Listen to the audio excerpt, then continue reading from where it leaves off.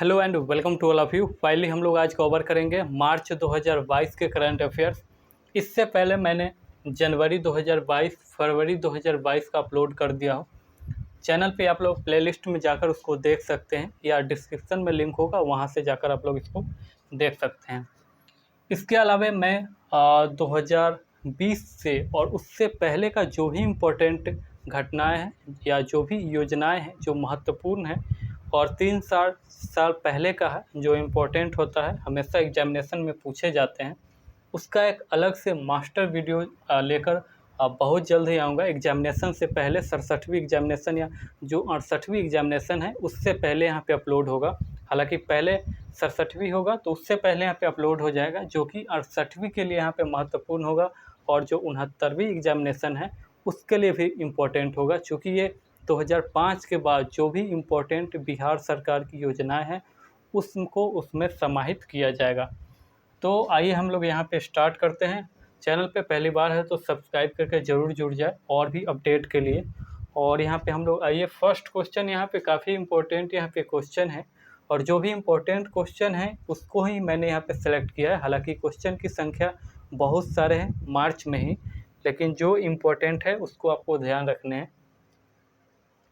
पहला तो है यहाँ पे कि पहला एक्सप्रेसवे बिहार में निर्माण किया जा रहा है। हालांकि बहुत सारे जो एक्सप्रेसवे है जो बिहार से गुजरती है, लेकिन वो अन्य राज्यों से भी कनेक्ट है, इसलिए हम लोग ये बिहार का पहला एक्सप्रेसवे का नाम दे रहे हैं, क्योंकि ये सिर्फ बिहार में ही है। आइए हम लोग थोड़ा मैप के माध्यम से इसको देख लें। ये जो बिहार है, बिहार के बीचों बीच नदियाँ निकलती है, जो कि इसको हम लोग गंगा बोलते हैं। और गंगा को इस पार से उस पार यानी कि दक्षिण से उत्तर बिहार को जोड़ने का एक काम करेगी एक्सप्रेसवे। और ये दरभंगा है, यहाँ पे है औरंगाबाद। तो कुछ इस प्रकार से यहाँ पे आपका एक्सप्रेसवे होगा। और एक्सप्रेसवे कहाँ से गुजरेगी, कौन से पुल से गुजरेगी, इसकी लेंथ कितनी है, ये इम्पोर्टेंट है। और कहाँ कहाँ से ये गुजरेगी, कौन से ज़िले से। और इसका अन्य भी नाम है, जैसे कि आप लोग यहाँ पे देख पा रहे हो, औरंगाबाद जयनगर एक्सप्रेसवे भी हम लोग इसको बोल सकते हैं। या दूसरा नाम है आमस दरभंगा। आमस कहाँ पे है, तो ये आपका औरंगाबाद में ही पड़ता है। तो औरंगाबाद में आमस जगह से निकलती है जो कि दरभंगा तक जाएगी और इसको बाद में इसको जयनगर तक एक्सटेंड किया जाएगा। तो इसीलिए कहीं कहीं आपको औरंगाबाद जयनगर या औरंगाबाद दरभंगा आपको एक्सप्रेसवे देखने को मिलेगा। सभी वही नाम है, सिर्फ अलग अलग नाम है, यानी कि एक ही एक्सप्रेसवे के यहाँ पे अलग अलग नामों से यहाँ पे डिनोट किया गया है। तो यहाँ पे जैसे कि औरंगाबाद से निकलेगी और यहाँ पे दरभंगा या यहाँ पे जयनगर है उससे आगे, तो यहाँ पे दरभंगा तक हम लोग यहाँ पे कंसीडर अभी कर रहे हैं। और यहाँ पे गांधी सेतु, आपको पता है अभी बिहार का जो सबसे बड़ा पुल था गांधी सेतु, पहले भारत का भी था। हालांकि अब बहुत सारे पुल का निर्माण हो चुका है। तो यहाँ पे अब जो है कि ये सेकेंड स्टील ब्रिज हो गया है पूरे देश का, यानी कि स्टील से निर्मित ये ब्रिज हो चुका है, दूसरा सबसे बड़ा स्टील ब्रिज हो चुका है। चूँकि ये सभी का अब जो है कि इसका उद्घाटन भी होने वाला है। तो ये इम्पोर्टेंट फैक्ट है। हालांकि ये कौन से पुल से गुजरेगी ये आपको ध्यान रखने हैं। तो यहाँ पे है पटना इस साइड में, और यहाँ पे है आपका वैशाली। तो वैशाली में एक जगह है बिदुपुर, वैशाली में जगह है बिदुपुर। तो बिदुपुर और यहाँ पे है कच्ची दरगाह, कच्ची दरगाह।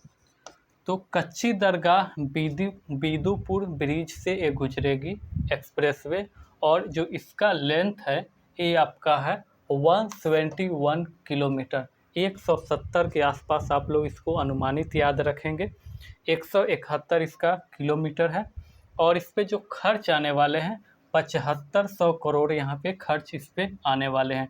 और ये खास बात है कि ये 3 एयरपोर्ट के आसपास से गुजरेगी। तो बिहार में जैसे कि यहाँ पे पता है औरंगाबाद, जस्ट इसके आगे है गया। तो एक गया एयरपोर्ट, एक है यहाँ पे पटना एयरपोर्ट और एक यहाँ पे दरभंगा एयरपोर्ट। तो ये 3 ऐसे एयरपोर्ट है जिसके नज़दीक से ये एक्सप्रेसवे गुजरेगी।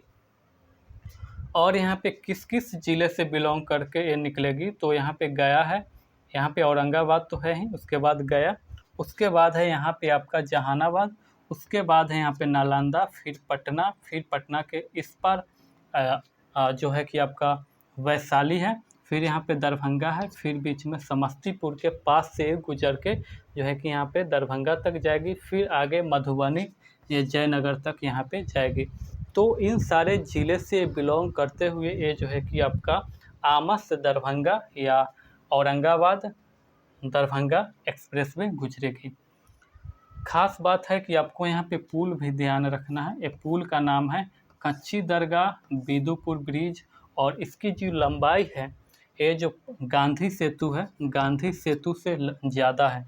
इसका जो लंबाई है कच्ची दरगाह बिदुपुर ब्रिज का, इसका जो लंबाई है कितना है, 9.76 किलोमीटर।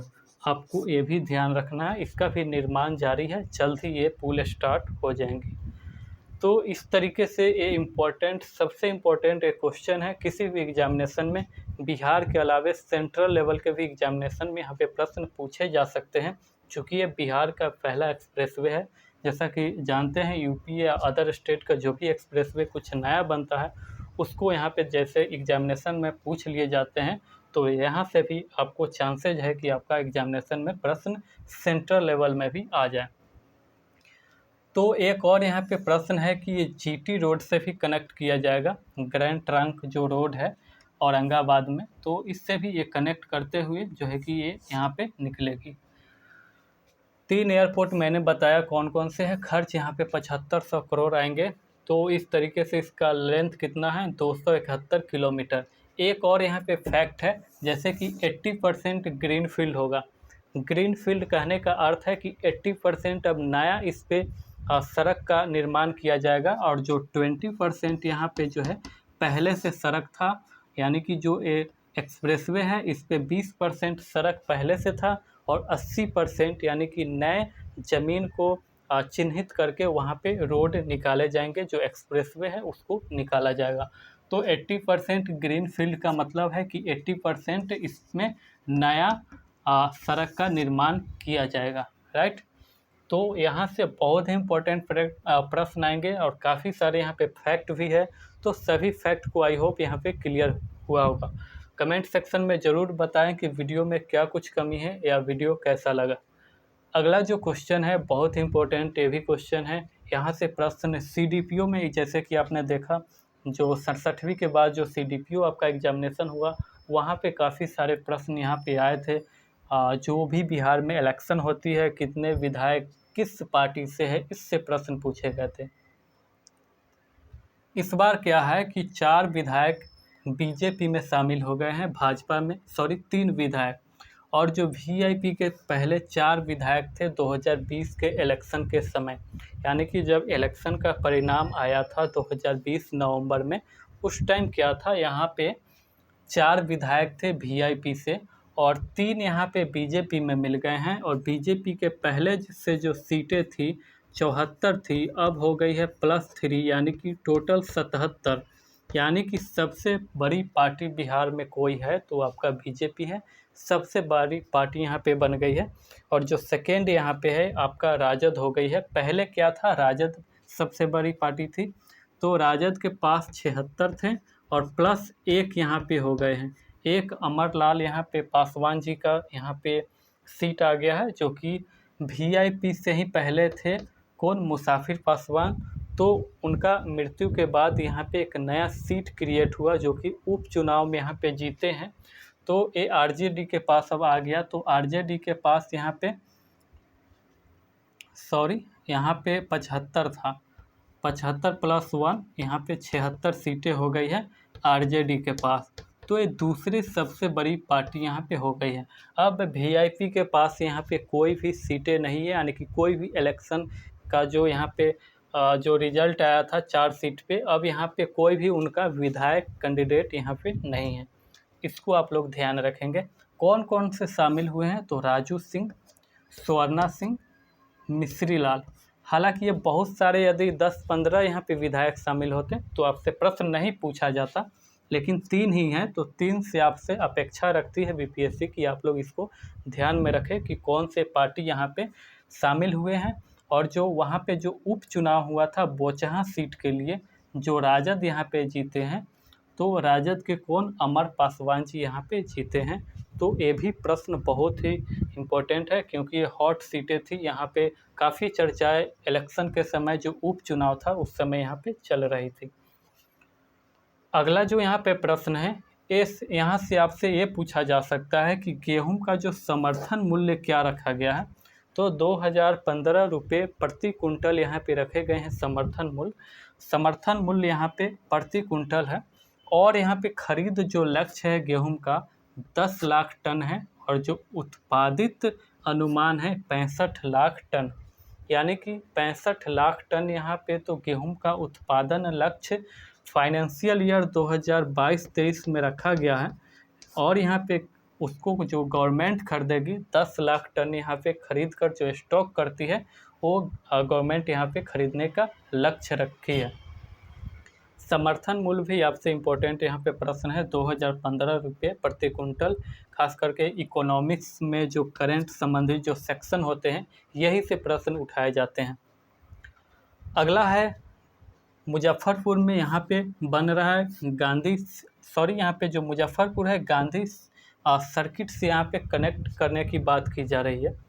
यानी कि जो भी सर्किट होते हैं, जैसे कि आपने अभी देखा होगा रामायण सर्किट, तो रामायण सर्किट में क्या है कि एक दूसरे से रामायण का जो भी इम्पोर्टेंट यहाँ पे राम से और जो भी रामायण काल से संबंधित जो भी एक दूसरे जगह है सभी को ट्रेन के माध्यम से और जो उन सभी को कनेक्ट किया जा रहा है। तो बिल्कुल उसी तरीके से गांधी सर्किट में भी गांधी जी का जहाँ जहाँ भी महत्वपूर्ण यहाँ पे योगदान था उन सभी को एक साथ कनेक्ट करके वहाँ पे ट्रेनें चलाने की बात की गई है।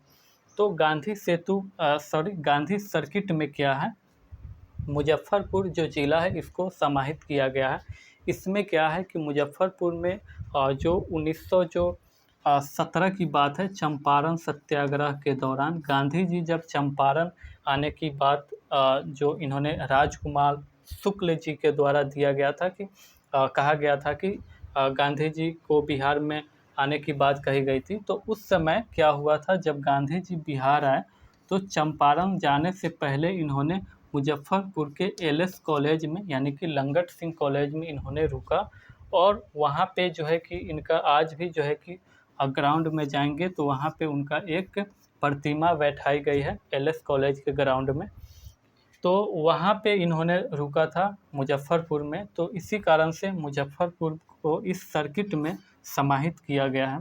तो यहाँ से प्रश्न आ सकते हैं, हालांकि ये इम्पोर्टेंट उतना नहीं है। जो इम्पोर्टेंट सेक्शन है आप लोग यहाँ पे देखेंगे,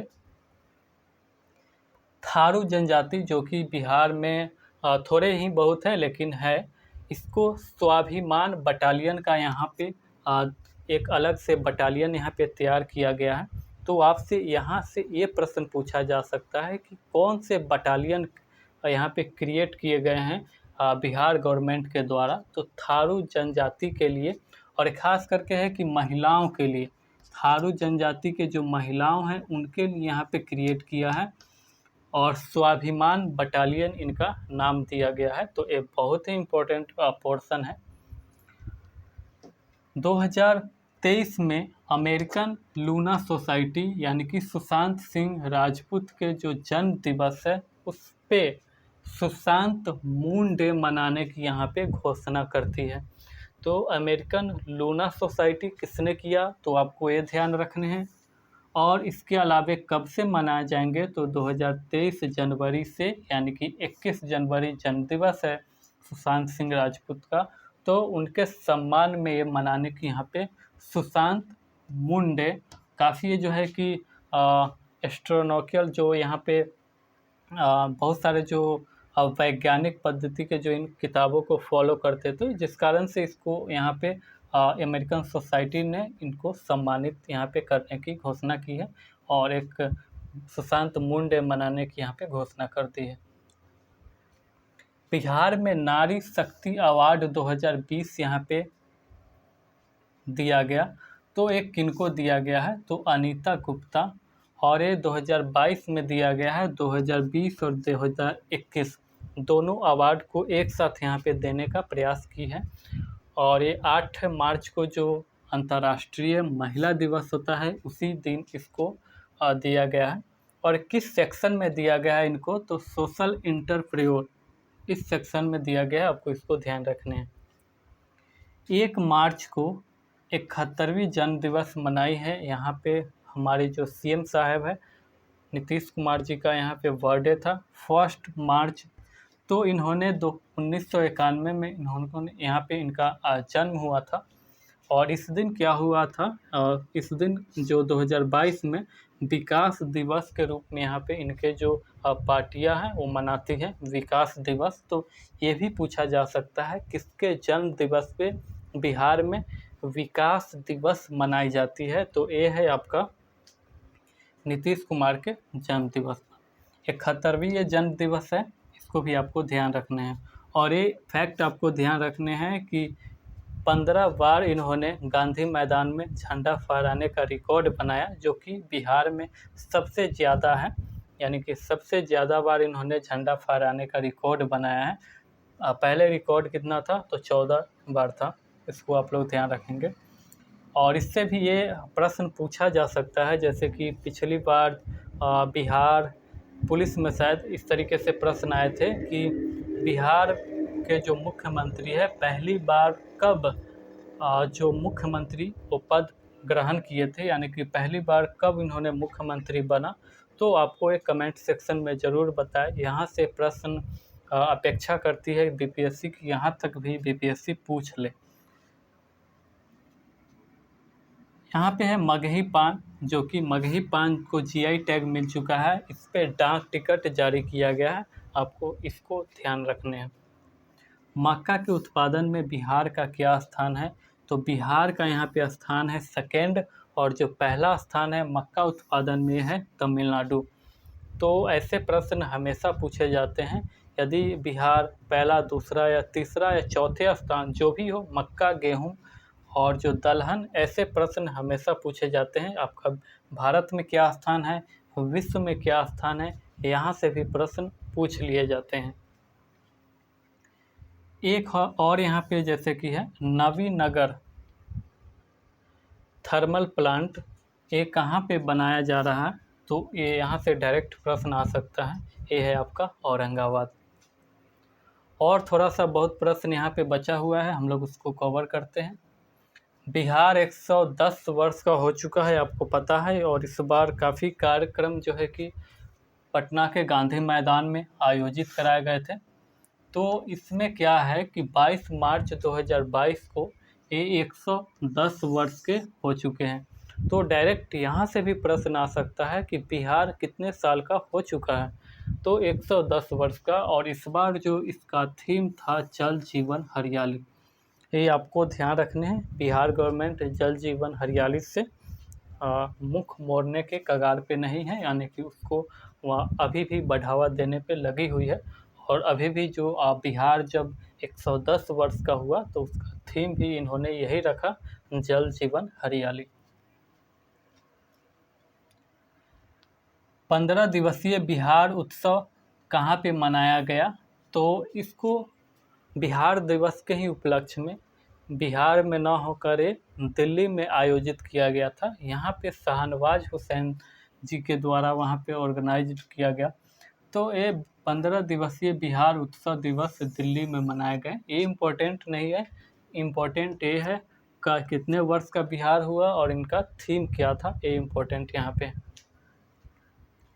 अगला है बिहार विधानसभा डिजिटल टीवी का उद्घाटन किसने किया, तो यहाँ पे है ओम बिरला, जो कि आपको पता है अध्यक्ष है लोकसभा का, तो इसको आपको याद रखने हैं। यहाँ पे है विधानसभा स्पीकर, यानी कि जो अंतर्राष्ट्रीय महिला दिवस था बिहार में, उस दिन क्या किया गया कि बिहार विधानसभा में स्पीकर जैसे कि एक दिन के लिए नियुक्त किया जाता है, तो ज्योति देवी को अंतर्राष्ट्रीय महिला दिवस के उपलक्ष्य पर स्पीकर बनाया गया था बिहार विधानसभा का। तो ज्योति देवी आपको याद रखने हैं किस दिन, तो महिलाओं को सम्मान हेतु अंतर्राष्ट्रीय महिला दिवस कब होता है, आपको मैंने बताया कि 8 मार्च को यहाँ पे ऑर्गेनाइज की जाती है। तो ये थे मार्च 2022 के महत्वपूर्ण प्रश्न, और इसको आप तो लिख सकते हैं या आप इसको स्क्रीनशॉट लेकर रख लें। और चैनल पे पहली बार है तो सब्सक्राइब करके जुड़ जाए। बीपीएससी और जो भी सीजीएल एग्जामिनेशन है उससे संबंधित अच्छे अच्छे जो कंटेंट होंगे मैं यहाँ पे इसी चैनल पे अपलोड करने का प्रयास करूँगा। इससे पहले जो स्टैटिक सेक्शन है उसका भी वीडियो अपलोड हो रहा है, आप लोग प्ले लिस्ट में जाकर उसको देख सकते हैं। धन्यवाद।